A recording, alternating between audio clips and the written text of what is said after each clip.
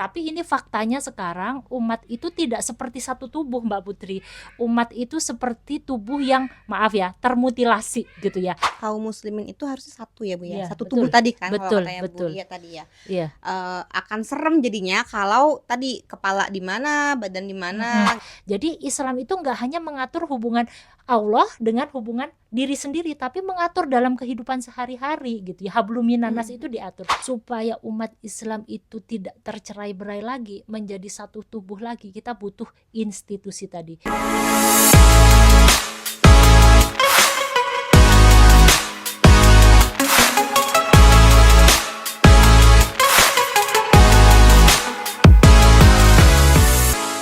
Assalamualaikum teman Tiara, selamat datang di podcast edisi Ramadan. Gimana kabarnya? Masih semangat ya saumnya ya? Seneng gak sih kalau di bulan Ramadan itu tuh rasanya suasananya tuh rame banget. Di mana-mana rame. Kayak contohnya di masjid. Di masjid itu kaum muslimin tuh rame datang berbondong-bondong buat sholat jamaah di masjid, terus buat sholat tarawih di masjid. Jadi rame, ngumpul semua. Ya momen-momen seperti ini nih itu kayak momen menyatukan umat gak sih? Indah banget gitu ya. Kaum muslimin bersama-sama punya tujuan yang sama untuk apa? Untuk mendapatkan ridhonya Allah. Nah, di episode kali ini kita mau bahas nih tentang umat yang menyatu di bulan Ramadan. Nah, tentunya aku gak sendiri. Seperti biasa ada seorang narasumber yang punya ilmu yang luar biasa gitu ya. Kita akan ngobrol-ngobrol sedikit. Beliau adalah seorang aktivis muslimah namanya Bu Lia. Kita langsung sapa aja ya Bu Lianya ya. Assalamualaikum Bu Lia. Waalaikumsalam Mbak Putri. Masya Allah, Bu Lia selamat datang di podcast ya Bu Lia. Alhamdulillah, Masya Allah nih luar biasa. Gimana kabarnya Bu? Alhamdulillah luar biasa. Alhamdulillah diberikan nikmat bertemu lagi di bulan Ramadan. Alhamdulillah, benar ya, alhamdulillah. Nikmat yang luar biasa kita bisa ketemu lagi di bulan Ramadan. Ya. Oke Bu Lia, ini kita langsung aja ya Bu Lia ya. Kita mau bahas tentang tadi ya umat Islam yang seperti menyatu nih di bulan Ramadan ya Bu Lia ya. Iya. Karena tadi ya umat Islam tuh kayak berbondong-bondong semuanya itu datang untuk kayak berbondong-bondong untuk melakukan kebaikan gitu ya Bu Lia ya. Ya, jadi umat Islam tuh kayak seperti berlomba-lomba melakukan kebaikan ya Bu Lia ya di bulan ini. Kayak punya satu tujuannya sama tadi ya. Tujuannya itu mendapatkan ridhonya Allah. Iya, betul. Dari sini bisa nggak ya Bu dikatakan kalau bulan Ramadan itu sebagai bulan persatuan umat? Ya, terima kasih Mbak Putri. Ini luar biasa ya. Ramadan itu adalah bulan yang istimewa yang Allah turunkan kepada umat Islam gitu ya. Jadi dari 12 bulan Allah menurunkan satu bulan yang istimewa di mana Allah memberikan pahala yang berlipat ganda untuk umat Islam dan diwajibkan kaum muslimin itu di situ berpuasa. Ketika kita melaksanakan sholat sunnah itu pahalanya seperti sholat wajib. Sodakoh juga ya, ketika kita bersodakoh di bulan Ramadan itu pahalanya dilipat gandakan. Tadi kalau pertanyaannya Mbak Putri, apakah bisa gitu ya momen Ramadan itu menjadi momen persatuan umat? Miris ya dengan kondisi umat saat ini yang bercerai-berai gitu ya. Padahal Rasulullah itu mengatakan di dalam hadisnya gitu ya, hadis riwayat Muslim, perumpamaan orang mukmin dalam mencintai saudaranya itu seperti satu tubuh gitu ya. Ketika ada tubuhnya yang lain sakit, maka bagian anggota tubuh yang lain itu saling memberikan support gitu ya. Contohnya ketika misalkan Mbak Putri itu kakinya kesandung gitu ya. Jadi matanya menangis, bibirnya itu mengeluh dan tangannya itu berusaha untuk memberikan obat kepada kaki itu sendiri. Tapi ini faktanya sekarang umat itu tidak seperti satu tubuh Mbak Putri. Umat itu seperti tubuh yang maaf ya, termutilasi gitu ya. Seperti ketika kaki itu di Bekasi, badannya di Bogor gitu ya, kepalanya di Jakarta, itu menakutkan nggak Mbak Putri? Takut Mbak. Takut jauh banget gitu Mbak. ya. Jauh banget itu Mbak. Bukan Mbak. Iya Bu.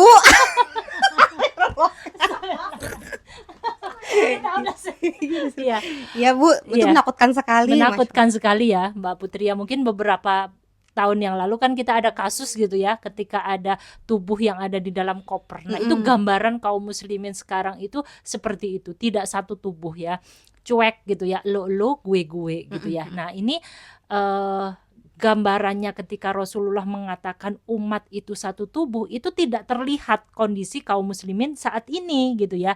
Jadi faktanya umat itu sekarang termutilasi tadi gitu ya. Jadi urusanku ya urusanku, urusanmu urusanmu gitu ya. Jadi lo gue gitu ya. Aku nggak peduli dengan urusanmu. Makanya ketika sekarang ada saudara-saudara kita yang ada di Palestina, saudara-saudara kita ada yang di Rohingya, ketika mengalami kesusahan ya itu urusannya dia gitu ya. Sedangkan aku kondisinya itu di Indonesia ini saya bisa berpuasa dengan baik gitu ya. Sedangkan saudara-saudara kita yang ada di Palestina, Rohingya, boro-boro untuk mencari takjil Mbak Putri, Iya, untuk benar. bertahan hidup, untuk bisa puasa aja mereka itu susah seperti itu ya. Nah, itulah kondisi umat sekarang. Padahal kita tidak ada yang namanya apa namanya tadi ya, umat muslim Rohingya, umat muslim Palestina, umat muslim Indonesia, itu sebenarnya kita itu adalah satu tubuh gitu. Nah, dengan momen Ramadan ini apakah bisa menyatukan kaum muslimin? Jawabannya bisa. Karena apa? Momen Ramadan ini ketakwaan kaum muslimin itu lagi tinggi-tingginya, lagi di atas-atasnya. Karena tadi Allah mengobral pahala yang begitu banyak gitu ya. Jadi ketakwaannya itu sangat luar biasa tingginya gitu ya.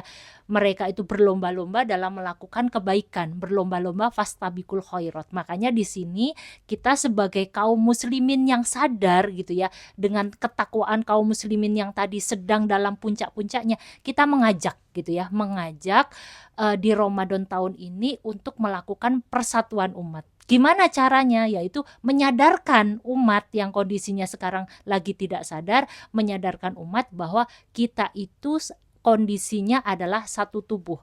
Antara kaum muslimin yang satu dengan kaum muslimin yang lain itu satu tubuh, tidak ada sekat kebangsaan tadi. Saudara kita di Palestina itu adalah saudara kita gitu ya, bukan orang lain. Begitu Mbak Putri. Oke, menarik ya Bu ya. Berarti Ya. memang sebenarnya kaum muslimin itu harusnya satu ya Bu ya. Iya, Satu betul. tubuh tadi kan kalau Betul, katanya betul. Bu Lia tadi ya. Iya. Akan serem jadinya kalau tadi kepala di mana, badan di mana gitu Betul, ya, betul. kaki di mana gitu. Betul Mbak Putri. Berarti kan memang harus satu tubuh. Iya. Tapi tadi ya Bu ya, kenyataannya itu kan justru kebalikan gitu ya. Umat Islam saat ini Iya. kita bisa melihat faktanya ya tidak bersatu gitu Betul, ya. Kayak kalau betul. kata Mbak Lia, lo gue gitu Iya. kan. Yang di Palestina lagi gimana ya kita lagi enak sini ya udah Iya, gitu ya. betul, betul, Kayak betul. nggak peduli gitu kan. Bahkan yang menyedihkannya ada yang saling serang juga Betul. ketika beda pendapat Betul, gitu betul, ya. betul. Padahal kan Islam itu maksudnya berbeda pendapat itu tidak masalah sebenarnya ya Bu ya. Betul. Nah ini kenapa hal ini bisa terjadi ya Bu? Dari yang umat Islam yang harusnya satu tapi sekarang tercerai-berai seperti itu kenapa ya Bu? Iya, iya. Itu ya. Jadi kalau tadi Mbak Putri katakan kenapa kondisi kaum muslimin itu atau kondisi umat Islam itu bercerai-berai gitu, menakutkan gitu ya. Kalau tubuh itu dimutilasi itu kan menakutkan. Ini kenapa? Kalau saya katakan ini ada dua gitu ya. Kenapa kaum muslimin ini tercerai-berai? Yang pertama itu perbedaan pendapat ya, perbedaan pendapat. Jadi ketika misalkan Mbak Putri pakai kunut, saya nggak pakai kunut, nggak mau, aku sama bareng sama Mbak Putri gitu ya. Jadi perbedaan pendapat ini di kaum muslimin ini justru menjadi jurang gitu ya. Bahkan mungkin Mbak Putri pernah ya ketika ada satu kelompok yang dia mengatakan aku nggak mau sholat di masjid kelompok itu. Pernah ya Mbak Putri ya. Dan ada satu lagi yang mengatakan mengkafir-kafirkan kelompok itu. Nah, itu yang sedih sih. Yang sedih gitu. Padahal yang namanya perbedaan pendapat di kalangan para sahabat itu ada Mbak Putri. Jadi ketika para sahabat itu berbeda pendapat, itu adalah sesuatu yang wajar. Karena ketika ada hukum yang belum ada di dalam Al-Quran, di dalam Al-Hadis gitu ya, para sahabat itu melakukan apa? Ijtihad gitu ya. Dan ketika ijtihadnya itu dirasa kurang kuat gitu ya, para sahabat itu berpindah ke ijtihad yang kuat gitu. Nah, kondisi saat ini ketika ada perbedaan pendapat itu menjadi perpecahan di kalangan umat itu gitu ya. Benar. Nah, jadi bolehkah perbedaan pendapat di antara kaum muslimin itu diperbolehkan. Ketika perbedaan pendapat itu dalam masalah yang cabang itu diperbolehkan. Kayak misalkan Mbak Putri kunut, saya nggak kunut gitu ya. Itu diperbolehkan ketika ada dalilnya masing-masing. Jadi kalau misalkan saya nggak kunut, Mbak Putri kunut gitu ya. Ketika saya sholat jamaah gitu ya, Saya harus mengikuti Mbak Putri meskipun, saya berbeda dengan Mbak Putri, itu adalah sesuatu yang diperbolehkan. Tapi yang nggak diperbolehkan itu adalah perbedaan yang masalah perbedaan yang masalah dasar ya, maaf. Oke. Jadi ketika misalkan ada kelompok yang mengatakan bahwa ingkar sunnah, nggak percaya dengan sunnah, itu yang tidak Oh. diperbolehkan. Ada kelompok yang mengatakan baru-baru ini ya, ada kelompok di Sulawesi kalau nggak salah, rukun iman itu 11. Nah itu tidak diperbolehkan gitu ya. Nambah, Bu? Ada, nambah gitu. Ya Yang Allah. terbaru nanti silakan googling, Mbak. Jadi mengatakan bahwa rukun Islam itu 11 gitu ya. Terus ada yang mengatakan bahwa kelompok Islam ada nabi yang baru setelah Nabi Muhammad. Nah itu nggak boleh gitu ya. Terkait dengan penerapan syariat Islam dalam kehidupan sehari-hari itu adalah masalah yang dasar, dan itu tidak boleh ada perbedaan di antara kelompok-kelompok Islam ya, itu ya. Jadi itu pertama jawabannya Mbak Putri. Kenapa kok umat Islam ini tercerai-berai? Karena terjadi perbedaan pendapat tadi. Pendapat, oke. Terus yang kedua, kenapa kok terjadi perbedaan, kalau terjadi cerai-berai tadi, itu karena ada sekat nasionalisme. Nasionalisme atau kebangsaan gitu ya. Jadi kalau tadi saya katakan lo gue gitu ya. Bahkan pernah saya waktu ikut aksi di bela Palestina ya pada saat itu Mbak Putri, ada seorang muslimah yang mengatakan, ngapain kita aksi capek-capek gitu. Palestina itu kan bukan bangsa kita gitu Iya, ya. iya, Itu mungkin saya waktu itu aksi sekitar tahun sebelum pandemi lah. Sekitar tahun 2018-an pada saat itu saya mengikuti aksi bela Palestina. Jadi ada seorang muslimah yang mengatakan bahwa ngapain kita aksi bela Palestina? Karena Palestina itu bukan negara kita, sedangkan kita itu adalah negara Indonesia gitu ya. Nah itu menunjukkan bahwa dengan sekat nasionalisme itu kita tidak ada hubungannya gitu ya dengan saudara kita yang ada di Palestina, di Rohingya, di Myanmar, di Cina dan lain sebagainya, nggak ada hubungannya. Ya udah, karena sekat nasionalisme tadi, sekat kebangsaan tadi, ya akhirnya balik lagi lo gue sendiri. Nah, nasionalisme ini sebenarnya yang dijadikan alat penjajah pada saat itu untuk menghancurkan institusi ya, institusi yang pada saat itu Islam berjaya gitu ya, selama 13 abad. Nah, Barat itu menganalisis, Barat itu mengkaji gitu ya. Kenapa kok umat Islam ini bersatu kuat, tidak bisa digoyahkan? Karena tadi ikatan yang kuat gitu ya, ikatan akidah yang kuat dalam satu institusi. Makanya Barat ini berusaha untuk sekuat tenaga, akhirnya dihembuskan paham nasionalisme gitu ya. Paham nasionalisme itu dihembuskan, akhirnya negara kaum muslimin itu yang dulunya bersatu di bawah institusi yang sama gitu ya, akhirnya terakhir itu 1924 itu di Turki ya, karena tadi udah memecahkan diri sendiri tadi ya, akhirnya pahanya di mana, tubuhnya di mana, tangannya di mana, kepalanya di mana, akhirnya institusi itu berakhir atau meninggal gitu ya, meninggal dunia Mbak Putri tahun 1924 gitu ya. Nah itu apa faktor utamanya? Karena tadi sekat nasionalisme itu Mbak Putri. Begitu Mbak Putri. Ya, memang tadi ada dua alasan ya, Bu ya, betul. kenapa terjadi perpecahan tadi itu ya, Bu ya. Iya. Ya, berarti ya sedih ya berarti ya, Bu ya. Betul, Seharusnya kita bisa bareng-bareng bersatu saling peduli, ini justru kita jadi saling menuding bahasanya gitu ya, Bu ya. Karena tadi perpecahan tadi seperti itu. Iya. Ya kalau begitu ya, Bu, apakah bisa nih, Bu, kondisi yang terpecah belah seperti ini bisa menyatu kembali? Kayak kalau kita jatuhin vas gitu kan, apakah bisa direkatkan kembali gitu ya, Bu ya. Dan mungkin bagaimana caranya gitu ya, Bu, supaya persatuan umat ini bisa terwujud kembali seperti itu, Bu? Oh iya, itu dengan kondisi umat yang tercerai-berai itu miris gitu ya, sedih gitu ya, marah gitu ya.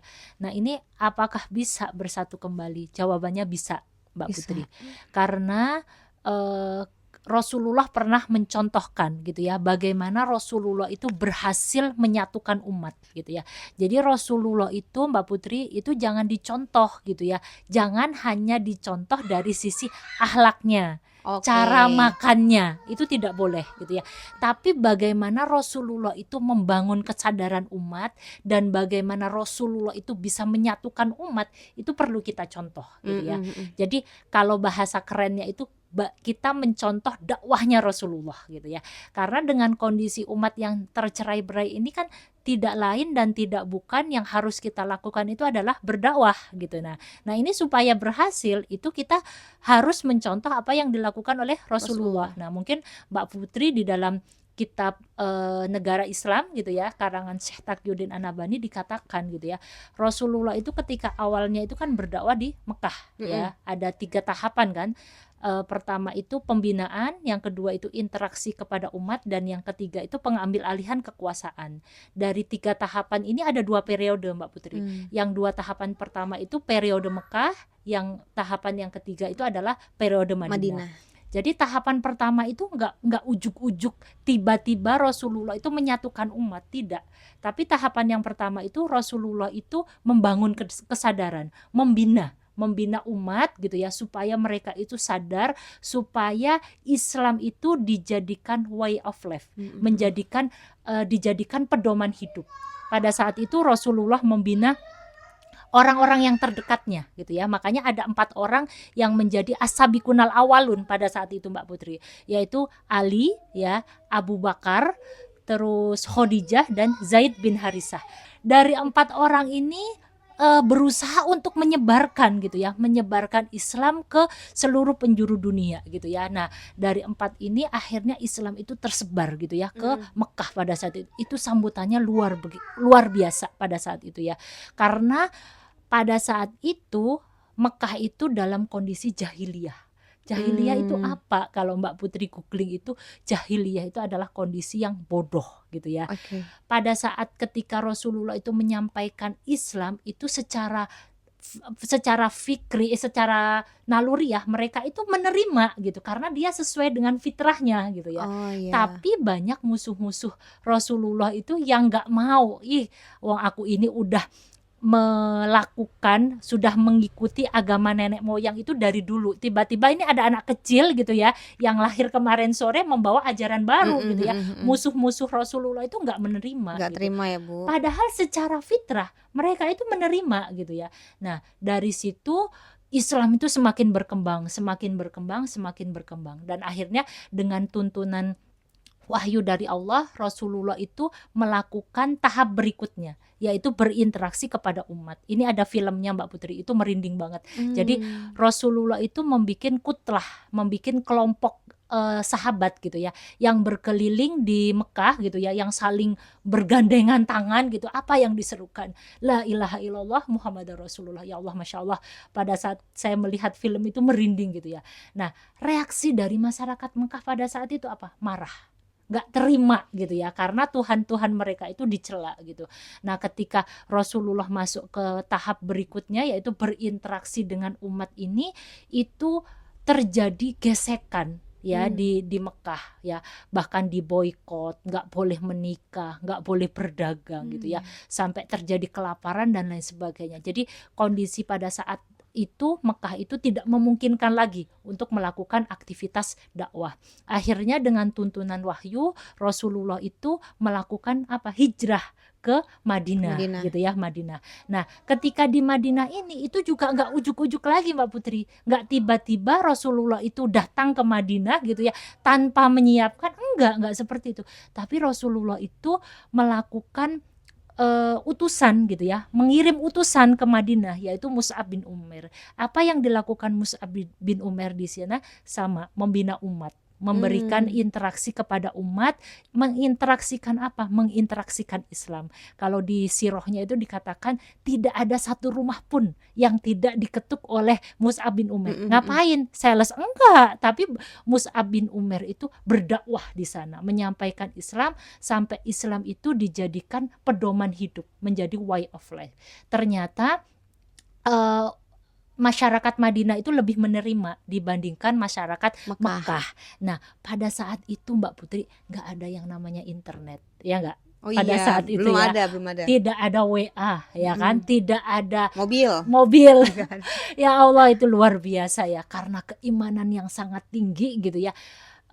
Mus'ab bin Umair itu diutus ke sana gitu ya, dan menyampaikan kabar gembira kepada Rasulullah bahwa masyarakat Madinah itu menerima dengan lapang dada, dan masyarakat Madinah itu menerima dengan sepenuh hati Islam sebagai ideologi, tidak hanya ritual tapi sebagai ideologi atau way of life gitu. Dengan kondisi masyarakat Mekah yang jumud tadi, yang udah tidak bisa menerima lagi, akhirnya dengan tuntunan wahyu. Jadi Rasulullah itu nggak kayak kita, udahlah aku pengen ini semau kita. Tapi Rasulullah itu ketika melakukan aktivitas apapun itu dengan wahyu Allah.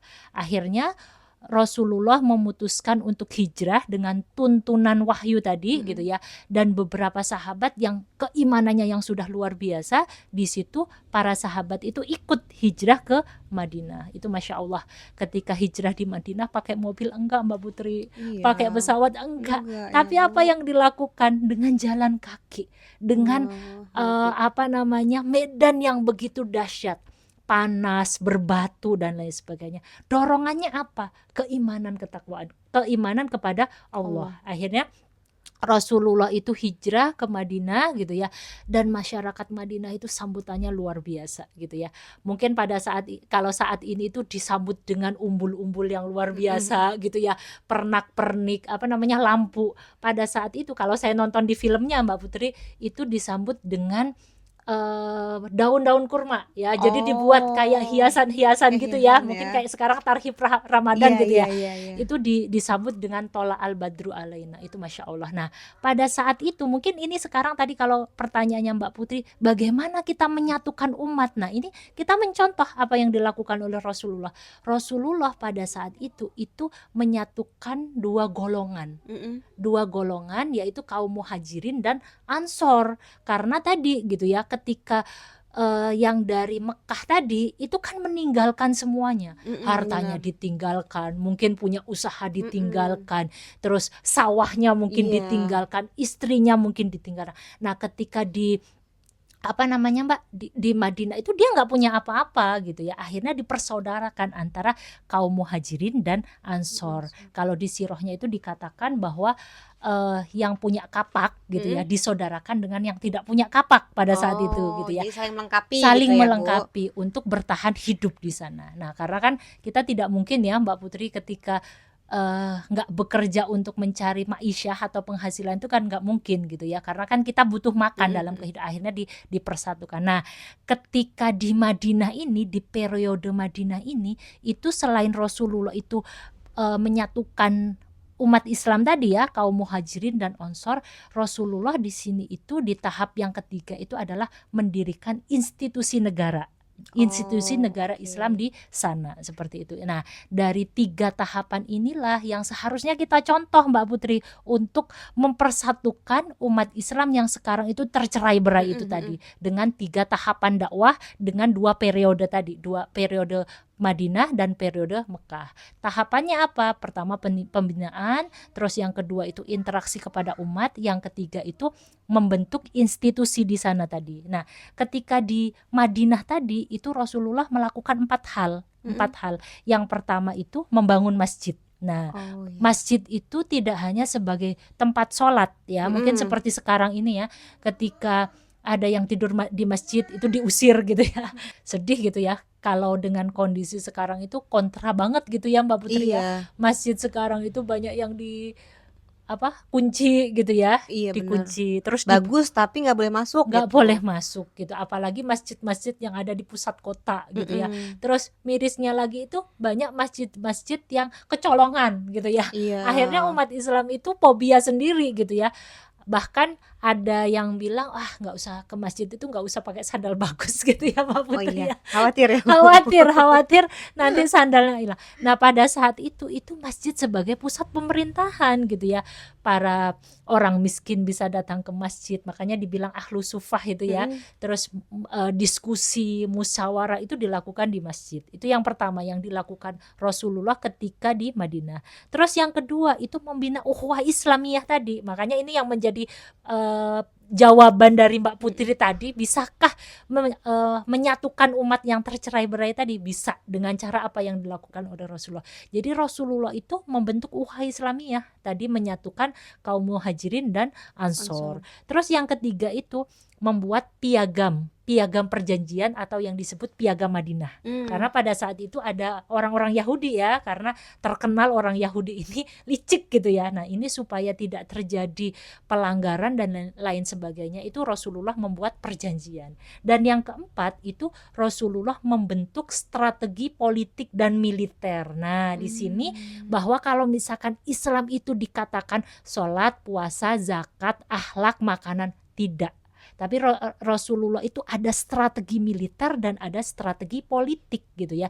Jadi Islam itu nggak hanya mengatur hubungan Allah dengan hubungan diri sendiri, tapi mengatur dalam kehidupan sehari-hari gitu ya. Hablum minanas itu diatur.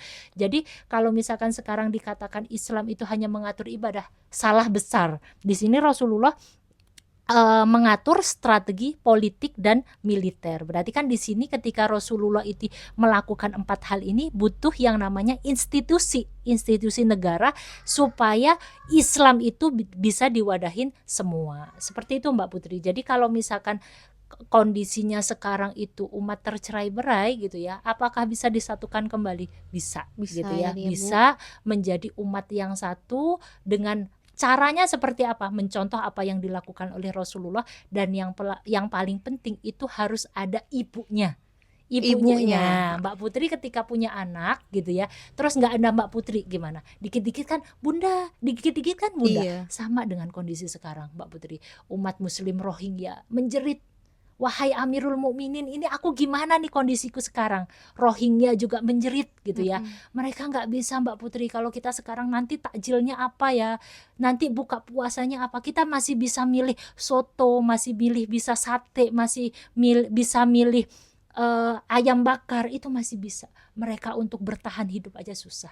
Karena apa? Nggak punya induk tadi yang bisa melindungi ya Bu, yang bisa melindungi mereka. Makanya supaya umat Islam itu tidak tercerai-berai lagi, menjadi satu tubuh lagi, kita butuh institusi tadi, kita butuh induk tadi, yaitu berupa institusi negara Islam. Masya Allah, berarti memang intinya itu ya Bu ya, kita punya induk dulu nih gitu betul, ya Bu, supaya betul. bisa menyatukan umat. Betul, gitu ya, Bu. betul Mbak Putri. Oke, Masya Allah Bu Lia, terima kasih, jazakillah khair ya Bu atas ilmunya, ini luar biasa nih, kita dapat insight baru nih ya teman-teman ya. Kalau memang umat Islam itu satu gitu ya, makanya kita, ayo guys, kita sadar kita itu satu umat loh, jadi jangan berantem, be wise gitu ya. Maksudnya nggak masalah loh kita berbeda pendapat, asalkan tadi masih ada dalam koridor hukum syara, tidak menyimpang dari akidah gitu ya. Nggak masalah ya Bu ya berbeda pendapat tadi ya Bu ya. Boleh Mbak Seperti Putri. itu. Makanya kita supaya kita bisa tadi ya, kita bisa bijaksana, bisa wise tadi dalam berpendapat. Yuk kita terus belajar hukum, belajar tentang Islam, belajar sakofah Islam. Oke Bu, ini makasih banyak ya Bu ya sudah datang ke sini, sudah berbagi ilmunya sama kita semua. Semoga kita bisa bertemu lagi ya Bu ya di episode berikutnya mungkin ya Bu ya. Sama-sama Mbak Putri, mudah-mudahan ini menjadi pintu ya, menjadi pelecut untuk kebangkitan umat dan menjadi umat yang satu seperti itu. Amin. Oke, teman Tiara, sampai sini dulu episode kali ini. Kita ketemu lagi di episode berikutnya ya. Jangan lupa saksikan terus podcast spesial Ramadan setiap hari Senin, Rabu dan Jumat. Oke, Assalamualaikum.